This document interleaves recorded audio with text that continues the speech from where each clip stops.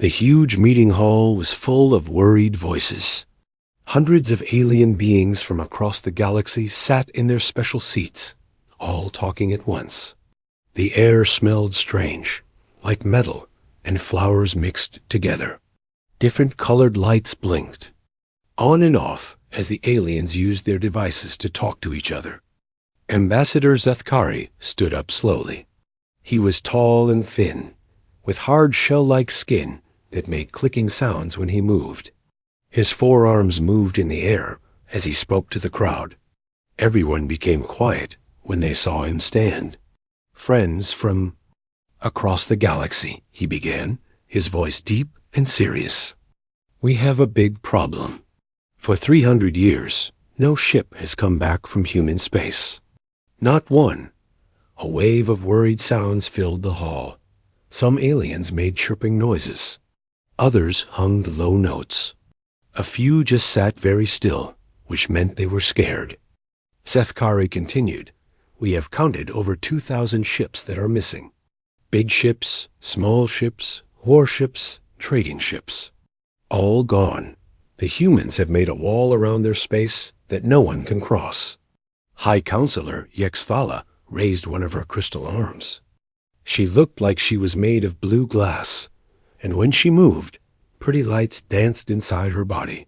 "Maybe they have weapons we cannot see.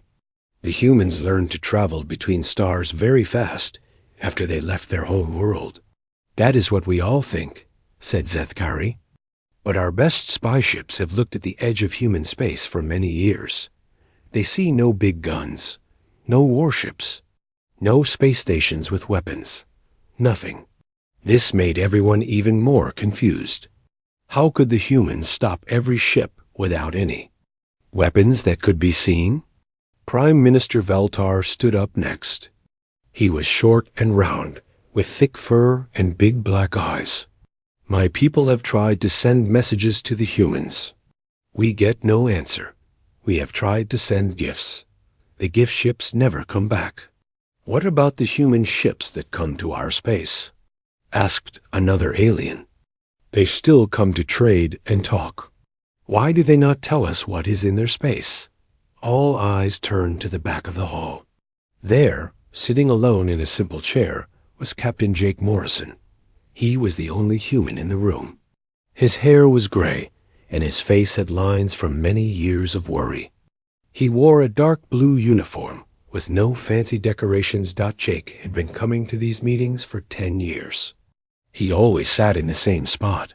He always listened, but never spoke unless someone asked him a question. Today, he could feel all the alien eyes looking at him. "The human captain is here," said Zethkari. "Maybe he can tell us something new." Jake stood up slowly. His legs felt heavy, like they always did when he had to talk about this topic.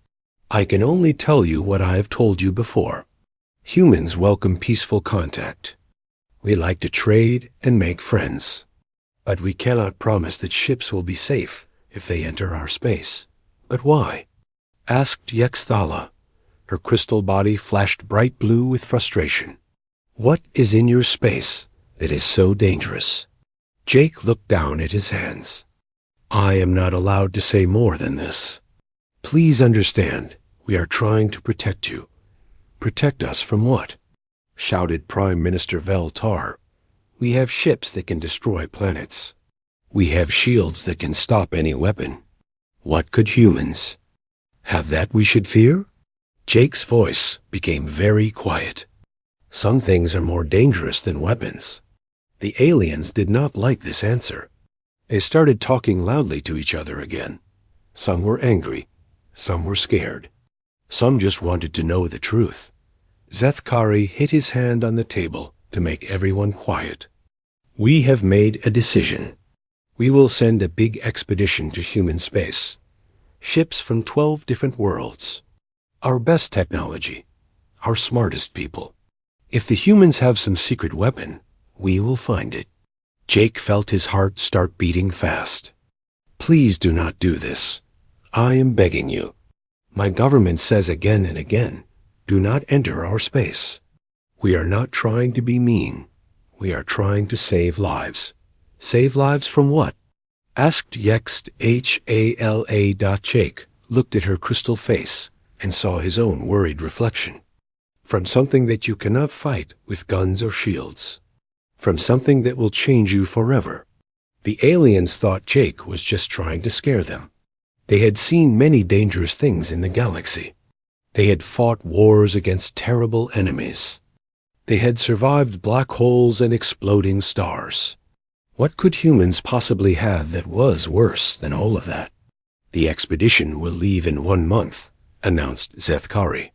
We will solve this mystery once and for all. Jake sat back down in his chair. His hands were shaking now, but he tried to hide it. He knew what was waiting for any ship that crossed into human space. He had seen it himself many years ago, when he was a young officer.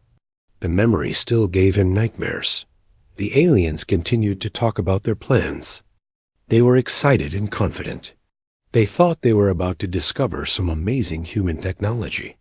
They had no idea that they were about to meet something that was older than their civilizations, something that had been sleeping in the dark space between stars for millions of years, something that loved humans and would do anything to protect them. Jake closed his eyes and tried not to think about what would happen when the expedition reached human space. He tried not to think about the screaming that would fill their ships. He tried not to think about the alien crew members who would never be the same again. Most of all, he tried not to think about the beautiful, terrible guardians that waited in the darkness, ready to defend humanity from any threat, even if that threat was just curiosity. Admiral Lisa Bradley walked through the massive ship corridors. The walls were white and clean, with lights that changed color as different aliens walked by. The ship was so big that it took 20 minutes to walk from one end to the other. She had never seen anything like it in her 30 years of space travel. The ship was called Galactic Unity, and it was the most amazing thing ever built. 12 different alien races had worked together to make it.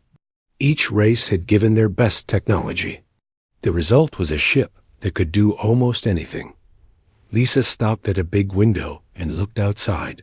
She could see smaller ships flying around the Galactic Unity like tiny fish around a whale. There were over 50 ships in the expedition, but the Galactic Unity was the mothership that carried most of the crew. Admiral Bradley, please come to the main control room, said a voice from the wall speakers. Lisa walked to the control room. It was huge, with screens everywhere. Aliens of all shapes and sizes were working at different stations. Some had tentacles instead of arms. Others looked like walking crystals. A few were covered in fur or scales, but they all worked together. Perfectly Chief Science Officer Klexon was waiting for her. He looked like a giant octopus, but he was one of the smartest beings in the galaxy. His tentacles moved over the controls very fast, making the screens show different pictures.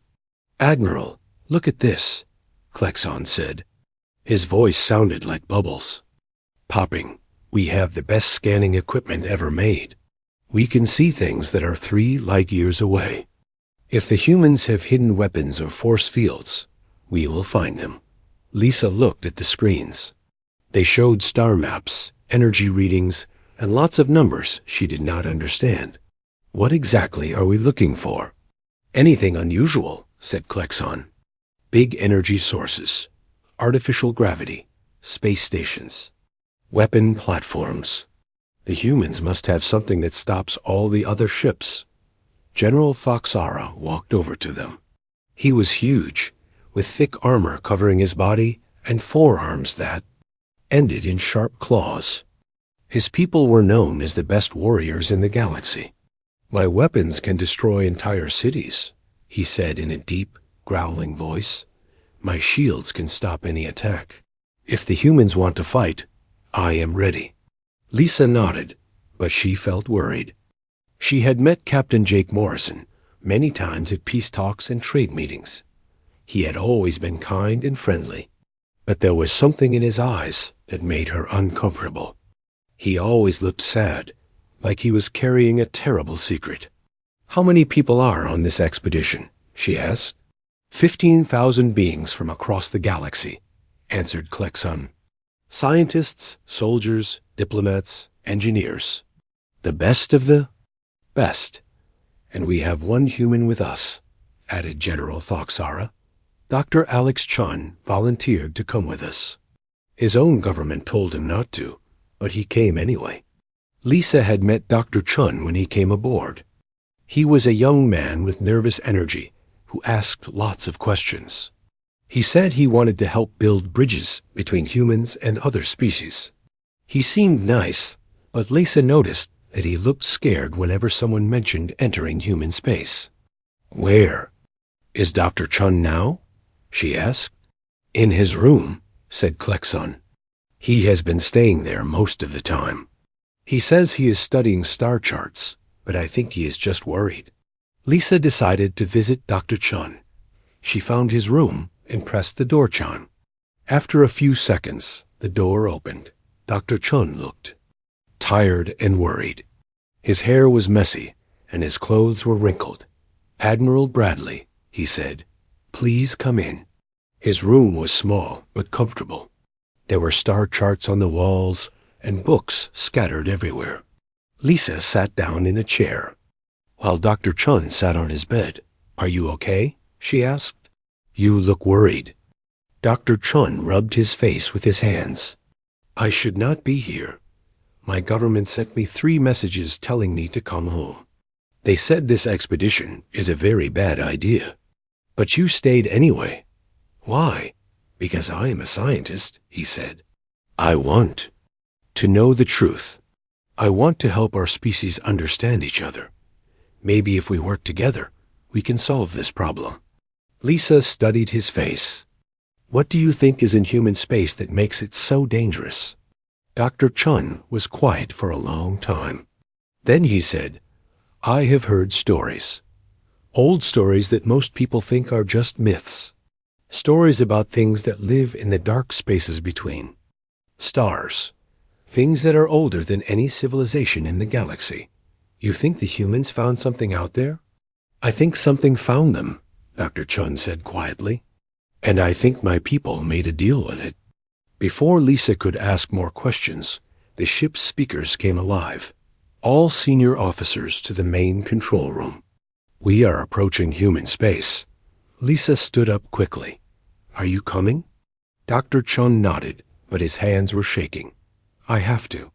Maybe I can help when things go wrong. When things go wrong? Lisa asked. Not if. Dr. Chun looked at her with sad eyes.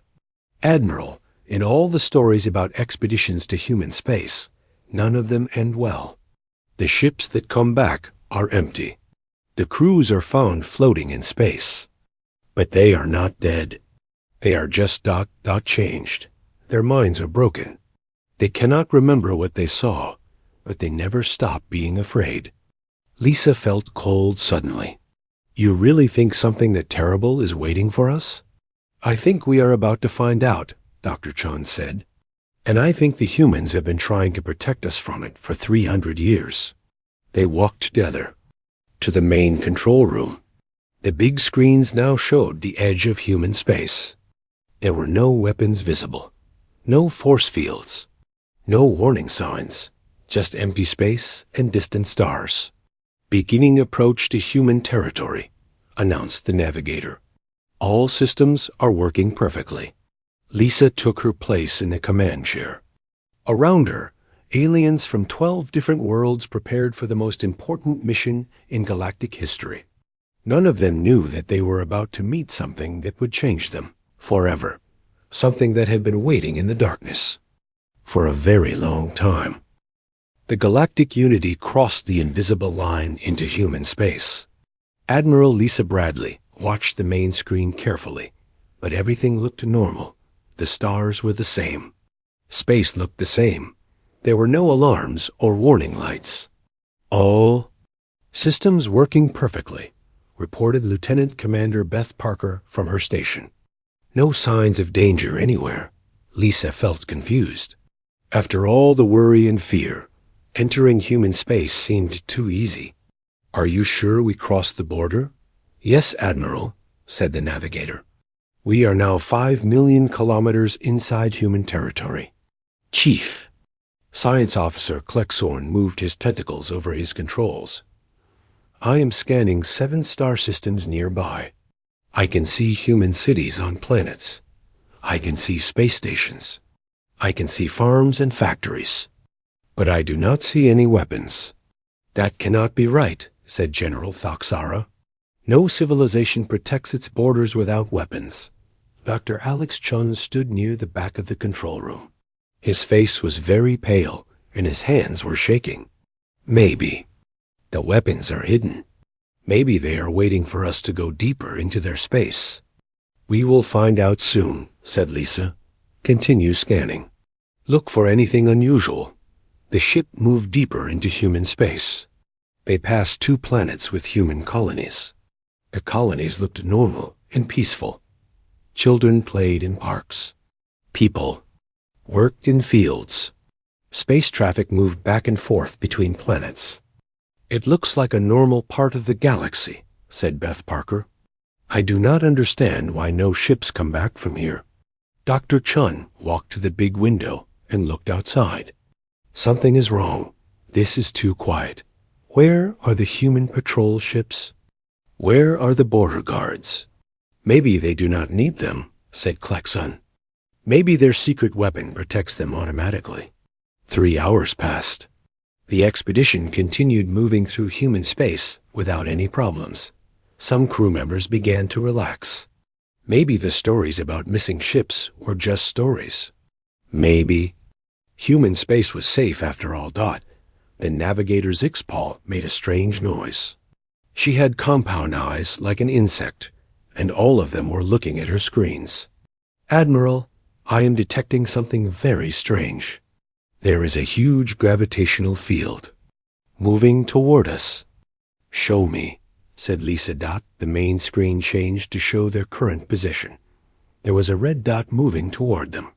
The red dot was enormous, bigger than their entire ship. What is it? Asked General Thaxara. I do not know, said Zixpal. The gravity readings are very strong, but I cannot see anything there. Lisa felt her heart start beating faster. Put it on the main screen. The screen showed the area where the gravitational field was supposed to be, but there was nothing there, just empty space. Our equipment must be broken, said Chief Engineer Ruxthen. Gravity fields that big do not exist without something to cause them. But Dr. Chun was backing away from the window. No, the equipment is fine. Something is out there. Something big. What do you mean? Asked Lisa. Before Dr. Chun could answer, the ship began to shake. The lights flickered on and off. Several crew members fell down as the artificial gravity stopped working properly. Emergency power, shouted Lisa.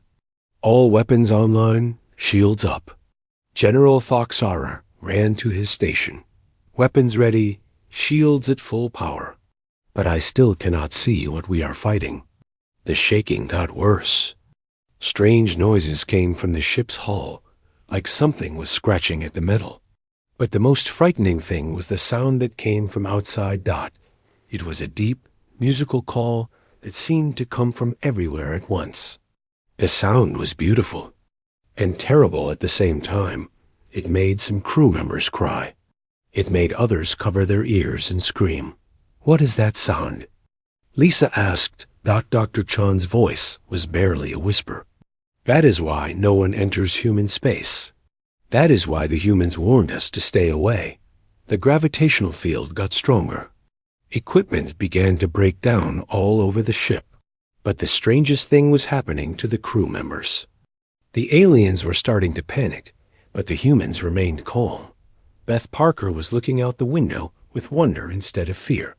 It is beautiful, she said softly. What is beautiful? Asked Lisa. I do not see anything. You cannot see it? Asked Dr. Chun. Look again. Lisa looked out the window again. At first she saw nothing. Then, slowly, she began to see something that should not have been possible. there was a shape moving in the darkness. It was huge and graceful, like a whale swimming through space. But when she looked at it directly, her eyes hurt. When she looked away, she could see it clearly. It was as if the creature existed in a place that her mind could not quite understand. "Dear God," she whispered. The creature was not alone. More shapes appeared around the ship, dozens of them, then hundreds. They moved in patterns that hurt to watch, dancing around the galactic unity like they were celebrating. The alien crew members began to collapse, not from any physical attack, but from something much worse. Their minds simply could not handle what they were seeing.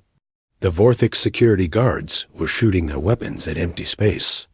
The Meridian scientists were huddled in corners, their crystal bodies flickering with terror. But the humans stood calmly at the windows, watching the creatures with joy and wonder. "Chun," Lisa called out, "what are those things?" "They are called Guardians," he said. "We found them a long time ago, sleeping in the dark spaces between stars. Most species would have run away or tried to kill them, but we did something different." "What did you do?" "We helped them," said Dr. Chun. "We showed them kindness." The beautiful, terrible song continued to fill the ship. More alien crew members fell unconscious. Their minds were shutting down to protect themselves from something they could not understand. Lisa realized that her expedition had not discovered a human weapon. They had discovered something much more dangerous. They had found the guardians of human space, and these guardians did not want them here. The creatures outside the ship were everywhere now. They moved like giant jellyfish swimming through space, but they were not made of anything that should exist. Admiral Lisa Bradley could see them clearly when she was not looking directly at them. When she tried to focus on one creature, it seemed to disappear. "How many are there?" she asked Dr. Chun. "Hundreds," he replied. "Maybe thousands. They live in the spaces between stars. Most of the time they sleep, but when non-human ships enter this area, they wake up." Around the control room, alien crew members were having terrible reactions. Some were unconscious on the floor. Others were awake, but staring at nothing, their minds broken by what they had seen. The Vorthic guards were still shooting their weapons, but the energy beams passed through empty space. "Why can the humans see them, but we cannot?" asked Navigator Zixpal. Her compound eyes were shaking with fear. "You can see them," said Dr. Chun, "but your minds are trying to protect you. The Guardians exist in dimensions that most species cannot understand. Your brains are shutting down the parts that process what you are seeing." Chief Science Officer Klexon was curled up under his station, his tentacles wrapped around his head. "Make them go away," he whispered. "Please make them go away." But the creatures were not trying to hurt anyone. They were just being themselves, and that was enough to terrify every non-human on the ship. Lisa watched as more crew members collapsed. "Why are they not affecting the humans?" "Because we are different," said Dr. Chun. "When we first met the Guardians 400 years ago, we reacted differently than other species would have." "How?" "We felt wonder instead of fear. We felt curiosity instead of terror. We felt sorry for them instead of wanting to destroy them." The creature's song grew louder. It was a sound that came from everywhere and nowhere at the same time. 2. Lisa, it sounded like the most beautiful music she had ever heard. But she could see that the alien crew members were suffering terribly from it. Captain Steve Rogers, the ship's human security chief, walked calmly through the chaos. He stepped over unconscious aliens and moved to the main communication station. "Admiral, the Guardians are trying to talk to us." "Talk to us how?" Lisa asked. "They do not use words like we do. They share feelings and thoughts directly. They want to know why we brought so many non-humans into their space." Lisa felt a strange tingling in her mind. Suddenly, she could sense something vast and ancient trying to communicate with her. The feeling was overwhelming, like standing next to a waterfall or looking up at the night sky. The thoughts that came into her mind were not her own. She could feel the Guardians' confusion and concern. They did not understand why the humans had brought beings who would be hurt by their presence. "They are worried about the alien crew members," Lisa said out loud. "They do not want to cause pain." "The Guardians cannot help what they are," explained Dr. Chun. "They exist partially outside normal space and time. Most minds cannot process their existence without being damaged." General Thoxara was the only alien still standing at his station, but he was shaking badly. "Are they going to attack us?" "No," said Captain Rogers. "They are asking permission to escort us back to the border. They want to get the alien crew members to safety." Lisa looked around the control room. More than half of her crew was unconscious, or barely conscious. The ones who were still awake were clearly in terrible distress. She had to make a choice. "Tell them yes," she said. "Tell them we will go back." The creatures began to move in a new pattern around the ship. They formed a protective circle, their impossible forms creating a corridor through space. Lisa could feel their gentle guidance as they began to lead the galactic unity back toward the border. "Dr. Chun," she said, "I need you to explain something to me. Why did humans react differently to these creatures?" Dr. Chun sat down heavily in a chair. "It happened during our early expansion into space. We were exploring a region that seemed empty. Our ships detected strange energy readings, so we sent a science vessel to investigate. What did you find?" "We found the Guardians, but they were dying. Their food source had been destroyed by cosmic radiation. They were ancient beings, millions of years old, and they were starving."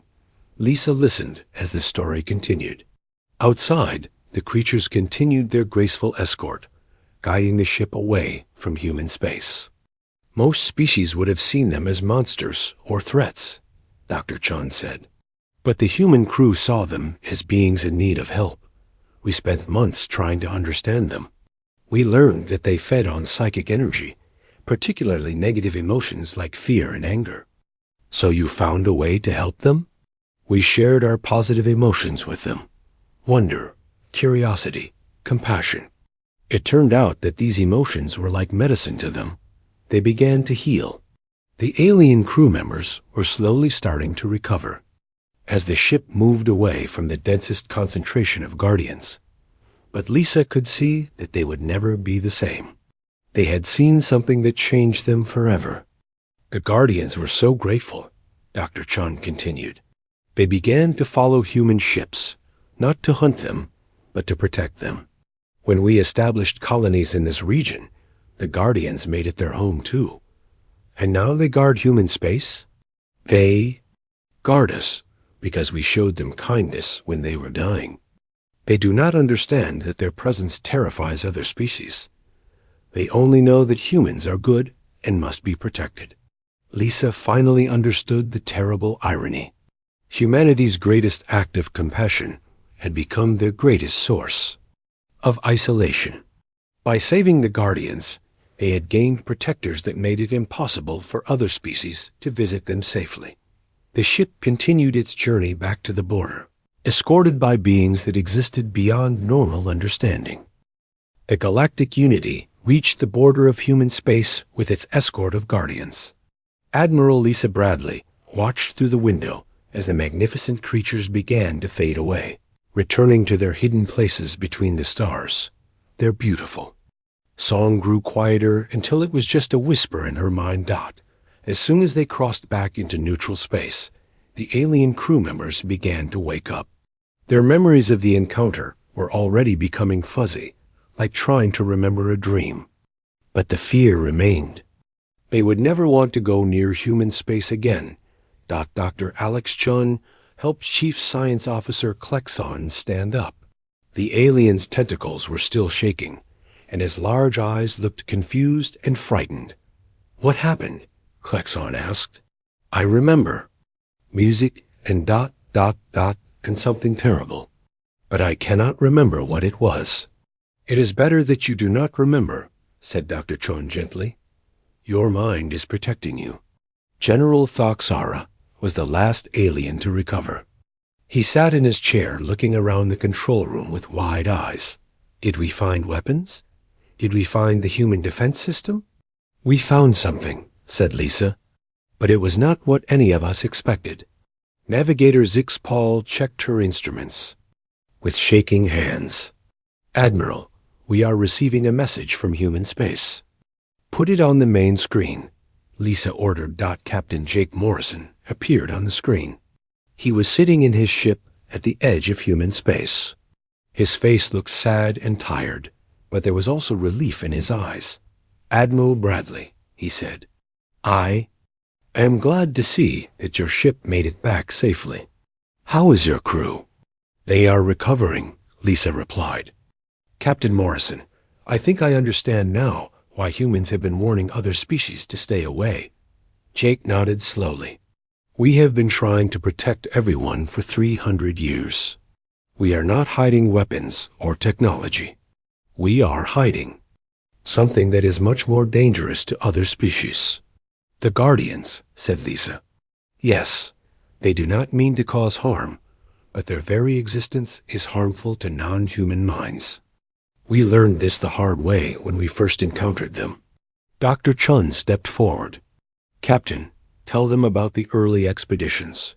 Jake's expression became even sadder. In the beginning, we tried to invite other species to visit our space. We thought we could find a way to make it safe. We were wrong. What happened? Asked Lisa. The first alien ship that visited us carried a crew of 50. When the Guardians appeared, 48 of them went insane. The other 2 survived, but they were never the same. They spent the rest of their lives in hospitals, afraid of their own shadows. The alien crew members on the bridge listened in horrified silence. They were beginning to understand that they had been very lucky. We tried many different approaches, Jake continued. We tried warning the Guardians to stay away when alien ships visited. But they do not understand the concept of staying away from humans. To them, protecting humans is their most important purpose. So you decided to isolate yourselves, said Lisa. It was not really a choice. Every time an alien ship entered our space, the same thing happened.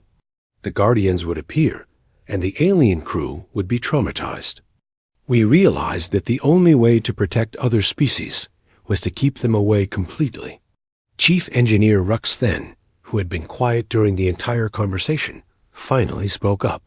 But you still send ships to our space. Why do your people not bring these creatures with them?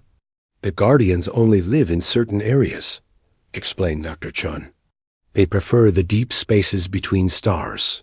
When human ships travel to other parts of the galaxy, the Guardians do not follow. They stay home to guard our colonies. Like guard dogs, said General Thaksara. That is not a bad comparison, said Jake. Except these guard dogs are older than our entire civilization and exist in dimensions we barely understand. Lisa thought about everything she had learned. So humans are not trying to hide from the galaxy. You are trying to protect the galaxy from something that loves you. That is exactly right, said Jake. The Guardians see humans as their family. They will protect us from any threat, even if that threat is just curiosity. The communication channel crackled with static as Jake prepared to end the transmission. Admiral Bradley, what will you tell the Galactic Council? Lisa looked around at her crew. The aliens were slowly recovering, but she could see the lasting effects of their encounter. They would never be the same. More importantly, they would never want to return to human space. I will tell them that human space is defended by forces beyond our understanding, she said. I will recommend that the Council accept human isolation and respect their warnings. And the real truth? Asked Jake. The real truth will stay with those of us who experienced it. Some secrets are too dangerous to share. Jake smiled for the first time in the conversation. Thank you, Admiral.